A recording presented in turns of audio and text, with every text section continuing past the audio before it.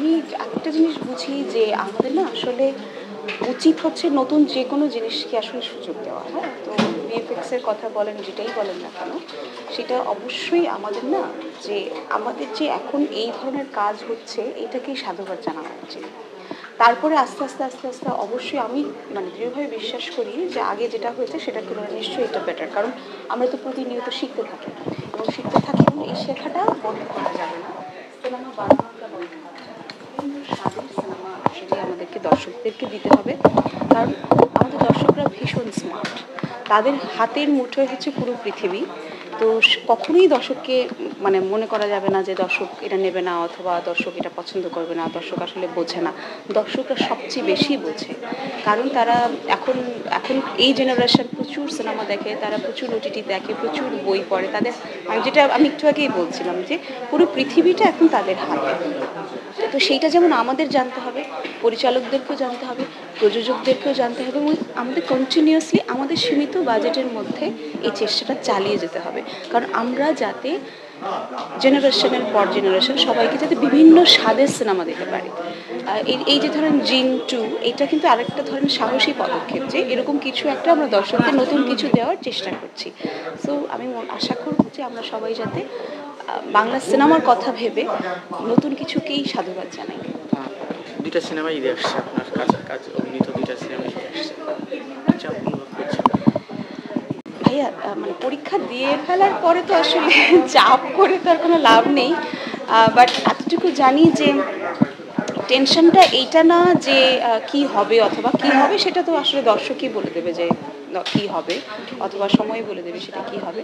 কিন্তু এতটুকু জানি যে একজন অভিনেত্রী হিসেবে আমার যতটুকু সৎভাবে কাজটা করার দরকার ছিল আমরা চেষ্টা করেছি, এবং মেঘনা কন্যার কথা বলেন, জিনের কথা বলেন, দুটো ক্ষেত্রেই আমি ভেরি ব্লেসড এবং আমি খুবই গ্রেটফুল যে তারা আমাকে এরকম চরিত্রে ভাবেন, কারণ মেঘনা কন্যার সাথে জিনের চরিত্রের কোনোই মিল নেই। এবং আরেকটি বিষয় হচ্ছে যে আমরা নতুন কিছু দেওয়ার চেষ্টা করছি। সো আগে যেমন একটা ফর্মুলা হলেই সিনেমা হিট হতো, এখন কিন্তু জওয়ানের পাশাপাশি সেই 12 ফেলও কিন্তু হিট হয়, এবং এই ধরনের গল্প এখন মানুষ দেখতে চায়। হয়তোবা আমরা 12 ফেলের মতো হয়তোবা মেঘনা কন্যা সাকসেসফুল হতেও পারে, নাও হতে পারে, কিন্তু অ্যাটলিস্ট আমরা শুরুটা তো করলাম, এটা থ্রু ইভেন্টের ছবি, এবং শুরুটা যে হলো এটাই ভীষণ ভালো লাগে। আমি 12 ফেল নিয়ে আপনাকে এর আগে অনেকবার উদাহরণ হিসেবে বলতে দেখেছি, এটার প্রতি আলাদা কোনো ভালো লাগা কাজ করে? হ্যাঁ, অনেক অবশ্যই ভালো লাগা কাজ করে, কারণ ওখানকার যে অভিনেতা উনি আগে টিভিতে কাজ করতেন, ওনার থিয়েটার ব্যাকগ্রাউন্ড, তো সেই জায়গা থেকে নিজেকে ওরকম জায়গায় আমি দেখতে চাইবো যে আমি ওরকম একটা কখনো সিনেমা করবো যেটা 12 ফেলের মতো পুরো কিছু মেসেজ দেবে সমাজকে, এবং সেটা দারুণভাবে মানে বক্স অফিসেও সাকসেসফুল হবে। কারণ আমার কথাটা হচ্ছে সিনেমা তো আসলে সকলের জন্য, আমরা যাতে সিনেমা দিয়ে মানুষের সাথে কমিউনিকেশন করতে পারি। শুধু নিজে একটু সিনেমা বানালাম, দেখলাম, তারপরে মনে করলাম যে একটা দারুণ সিনেমা বানিয়েছি, সেরকম সিনেমাও দরকার আছে, কিন্তু 12 ফেল হচ্ছে সে এরকম একটি উদাহরণ যেটা কিনা জওয়ানের পাশাপাশি দারুণভাবে ব্যবসা সফল একটি ছবি, এবং যেই ছবিতে সত্য ঘটনা আছে, যেই ছবিতে তথাকথিত গান নেই, গ্ল্যামার নেই, মানে আপনারা নিশ্চয়ই দেখেছেন সবাই, কিন্তু একটা গল্প আছে, কন্টেন্ট আছে, এবং প্রচণ্ড সৎ একটা ছবি। তো এরকম সৎ ছবির সাথে আমিও আশা করি যে এরকম ছবিগুলোর সাথে আমি থাকবো, এবং ভবিষ্যতে সেসব ছবি দারুণভাবে ব্যবসা। ছোট পর্দা খুব আগ্রহ আছে, কোটি কোটি চরিত্র আছে, আমি ভীষণ লোভী ভাই। আমি এখন ডাকাত হয়েছি, চা শ্রমিক হয়েছি, এখানে মেঘনা নদীর পাড়ের একজন গায়নের মেয়ে হয়েছি, রথিলের চরিত্রে অভিনয় করেছি, অনেক ভিলেন চরিত্রে অভিনয় করেছি, ভূতের চরিত্রে অভিনয় করেছি, পেতনি চরিত্রে অভিনয় করেছি, কিন্তু কত কিছু করা বাকি, অনেক কিছু করা বাকি। আমার তো স্বপ্ন যে আমি শেষ নিঃশ্বাস পর্যন্ত অভিনয়টা করে যাবো।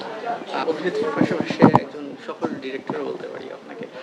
সফল বলা যাবে না, যে কটা কাজ করেছেন দর্শক নন্দিত হয়েছে, প্রশংসিত হয়েছে, সেক্ষেত্রে বলতে পারি সেখানে কোন পরিচয়টা বেশি ভালো লাগে? অভিনেত্রী হিসেবে নিজেকে পরিচয় দিতেন, একজন ক্যামেরার পেছনে শিল্পী হিসেবে, কারণ আমার শুরুটা যেহেতু পাপড় দিয়ে, এছাড়া আমি চারুকলা থেকে মাস্টার্স করেছি, তো টুকটাক বিভিন্ন অঙ্গনেই কাজ করার অভিজ্ঞতা হচ্ছে এবং আরও হবে।